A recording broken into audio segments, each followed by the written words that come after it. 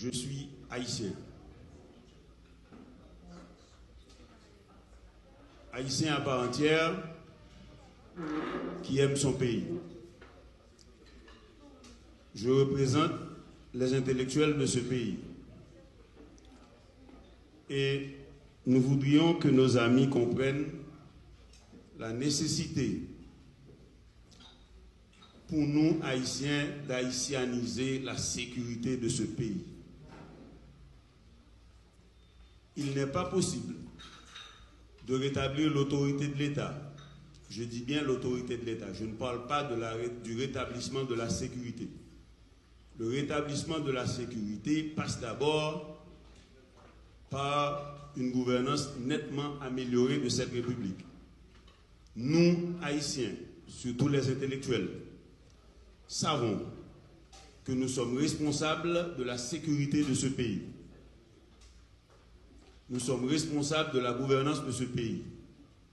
Nous savons que le problème fondamental de ce pays, c'est que ce pays n'est plus gouverné. L'État est capturé par des groupes mafieux et associé à une cabale de mondialistes internationaux.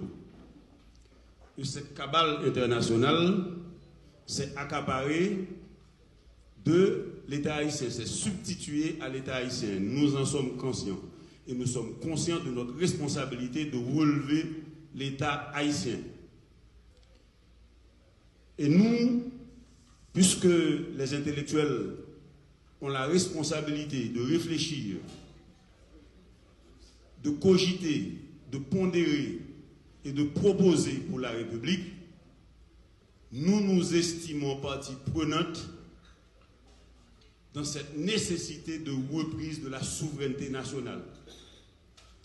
Nous estimons que ce pays, vieux de 222 ans, en l'an 222e de l'indépendance, selon la doctrine dessalinienne et le précurseur de l'indépendance, le généralissimo, gouverneur de la colonie, de l'ex-colonie de Saint-Domingue, Toussaint Louverture, nous voudrions que le monde sache que la mainmise internationale sur la République d'Haïti termine.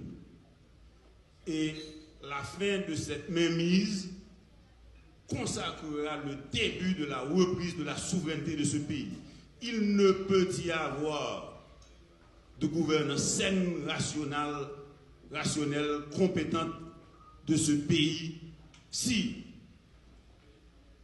un ambassadeur étranger se permet d'adresser un WhatsApp à un conseiller présidentiel pour le menacer.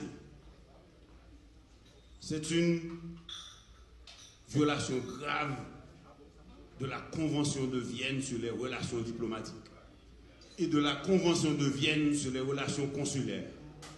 Nous, intellectuels haïtiens, sommes consternés par le traitement du conseiller président Fritz-Alphonse Jean. Personnellement, je dispose de différends avec M. Jean. Cependant, il représente la présidence de cette grande nation. Haïti demeure le pays le plus important du 19e siècle. Et je rappelle à la France que du 17 août 1791 au 18 novembre 1803, la bataille fut consacrée et Haïti vainquit Napoléon Bonaparte. L'esclavage est terminé. La devise initiale de ce pays est liberté ou la mort. Nous, les intellectuels de ce pays, voudrions,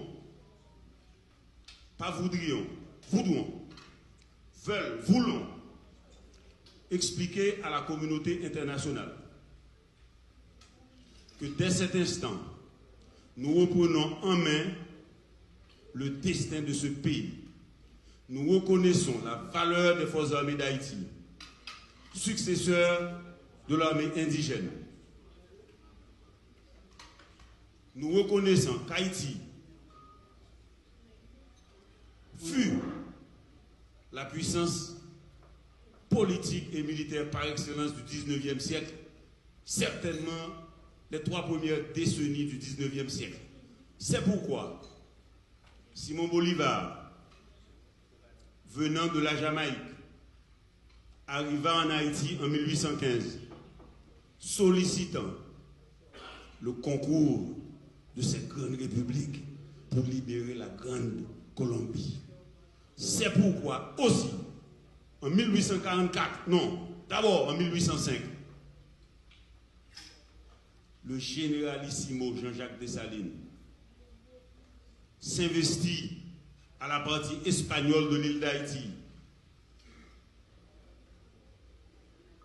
pour poursuivre la dernière garnison néocoloniale jusqu'aux portes de Santo Domingo.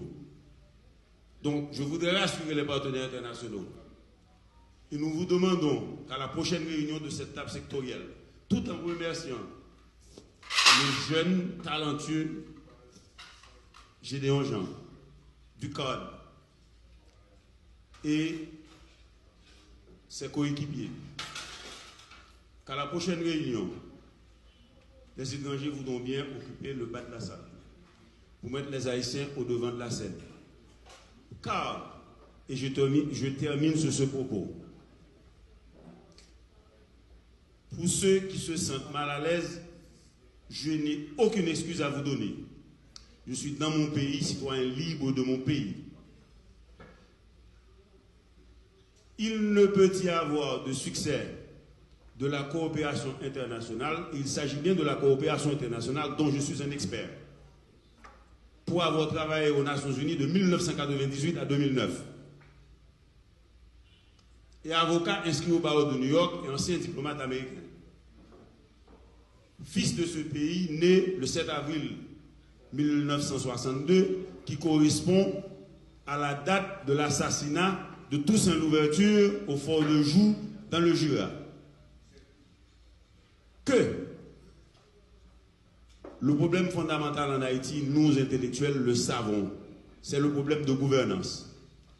Désormais, Haïti va être bien gouverné. C'est la dernière transition dans ce pays. Haïti va reprendre ses droits. Et la fierté des forces armées d'Haïti et le gêne que mon général ressent sera dissipé. Le gêne que la jeune lieutenant ressent en cet instant précis de n'avoir pas les armes offensives, les armements lourds pour rétablir la sécurité face aux brebis haïtiennes égarées. Nous les intellectuels, nous ressentons votre inconfort. Nous partageons vos douleurs. Nous ressentons dans notre chair ce qui vous ronge. Nous apprécions les sacrifices de la police nationale d'Haïti. Les sacrifices personnels. Et nous vous assurons, nous les intellectuels, dignes héritiers de Baron de Vasté, de Beauboin-Ardouin, de Wilner No, de Dantès Bellegarde, de Jean Presmas, nous apprécions que nous avons le devoir d'assumer la vocation de l'élite dont Jean Presmas parla dans sa série de lectures de 1917 consacrée dans son ouvrage éponyme de 1919.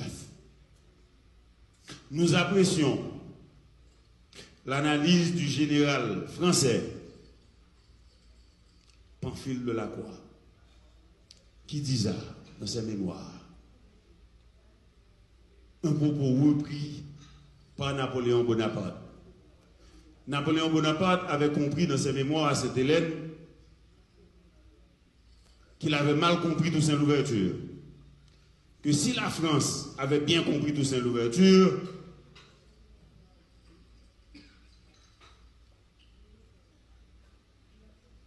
beaucoup de sang qui coulait à Saint-Domingue n'aurait pas coulé. Tout autant que les Français acceptèrent que la France, que la République d'Haïti devienne cette République qu'elle est aujourd'hui. De ce fait, vous, étrangers, devez savoir qu'Haïti n'est pas un terrain conquis. Haïti est une république fière.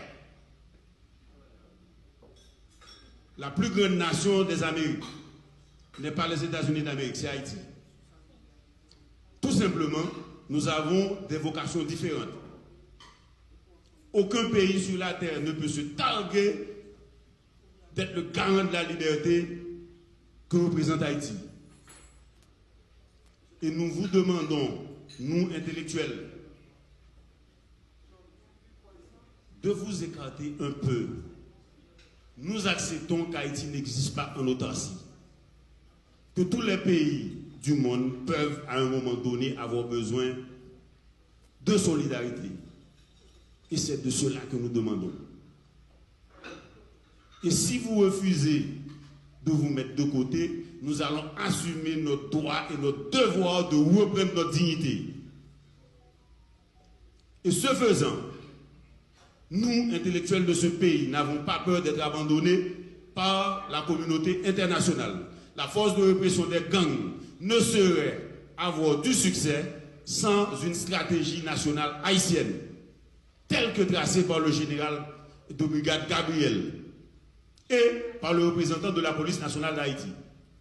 Et je suis fier de vous, les intellectuels sont fiers de vous, que vous avez compris la responsabilité qui est la vôtre. Et très prochainement, cette République vous dotera de ce qu'il vous faut pour que vous rétablissiez l'autorité de l'État. Ce pays n'a pas été attaqué par des étrangers. Les brebis égarés qui sèment le terrorisme sont nos frères, sont nos cousins. La République n'est pas en guerre contre ces brebis égarés, mais la République doit les rappeler à l'ordre. Et cela ne peut pas se faire avec les épées étrangères.